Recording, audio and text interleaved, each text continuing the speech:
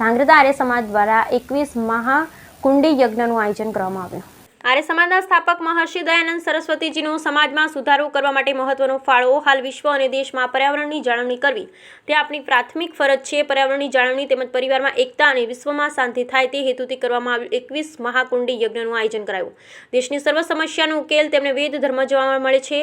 આજરોજ શ્રાવણી અમાસના શુભ દિને ધાંગ્રધા આર્ય સમાજ મંદિર ખાતે 21 કુંડી યજ્ઞનું આયોજન કરવામાં આવ્યું। તેમાં આચાર્ય યોગેશ વૈદિકજી, આચાર્ય દિનેશજી, આર્ય સમાજ મંદિર ધાંગ્રધાના હોદ્દેદારો, પદાધિકારી તેમજ કાર્યકર્તા દ્વારા મહાયજ્ઞ આયોજન કરવામાં આવ્યું, જેમાં ધાંગ્રધાના ધર્મપ્રેમી જનતાએ યજ્ઞ તેમજ ધર્મસભામાં જોડાયા હતા। આવા યજ્ઞ થકી લોકોમાં પરિવારની અંદર એકતા વધે, આજની યુવા પેઢીને ધાર્મિક તેમજ પોતાના પરિવાર વચ્ચે એકતા જોવા મળે, દેશ પ્રત્યે ભાવના વધે તેમજ પર્યાવરણની જાળવણી કરવા માટે લોકો આગળ આવે તે હેતુથી આવા યજ્ઞો કરવામાં આવે છે। ધર્મસભામાં શ્રી સ્વામી મહર્ષિ દયાનંદ સરસ્વતીની કાર્યપદ્ધતિની વાતો કરવામાં આવી હતી। સ્વામીજીનો સાચો ધર્મ તથા સંસ્કૃતિની વેદોમાં દર્શન થયા। દેશની સર્વ સમસ્યાનો ઉકેલ તેમણે વેદ ધર્મમાં જ જણાયો, તેથી તેમણે વેદ ધર્મ તથા સંસ્કૃતિમાં વેદોમાં દર્શન થયા। દેશની સર્વ સમસ્યાનો ઉકેલ તેમણે વેદ ધર્મમાં જણાયો, તેથી તેમણે વેદ ધર્મ તરફ પાછા વળવાનું સૂત્ર આપ્યું। તેઓ સમાજના ઊંચ નીચ જાત અસ્પૃશ્યતામાં માનતા ન હતા।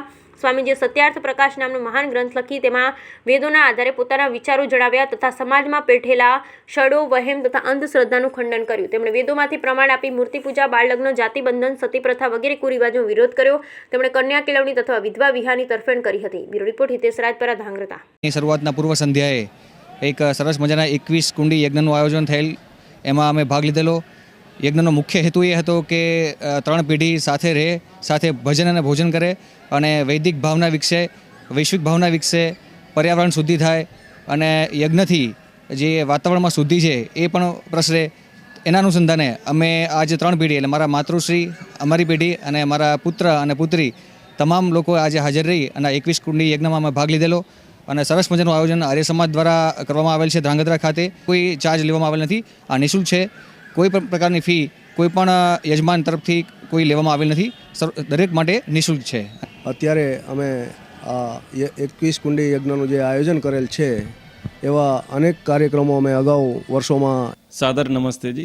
जैसा कि आप जानते हैं कि वर्तमान में परिवारों का बड़ा बेखंडन है, 3 पीढ़ियां एक साथ नहीं रहती और भारत की एक परंपरा रही है कि भोजन और भजन एक साथ जब तक रहे थे तब तक परिवार एक साथ थे। जैसे ही लोगों के भोजन के तरीके बदले, समय बदले, भजनों के तरीके और समय बदले, वैसे ही परिवारों में विखंडन हो गया। इस श्रावणी पर्व के अवसर पर और धांग्रधा आर्य समाज में हम एक मुहिम आरंभ करने जा रहे हैं 21 कुंडी यज्ञ के माध्यम से, जहाँ पर तीनों पीढ़ियाँ एक साथ बैठें, क्योंकि ये आजकल बहुत विरला ही हो गया है कि 3 पीढ़ियाँ एक साथ बैठें और एक पॉजिटिविटी उनके भीतर आए, परिवारों के अंदर संगठन होवे, बड़ों का, बड़े लोगों का, छोटे बच्चे सम्मान करें, विद्वानों का सत्कार करें और ये जो हवन है, हवन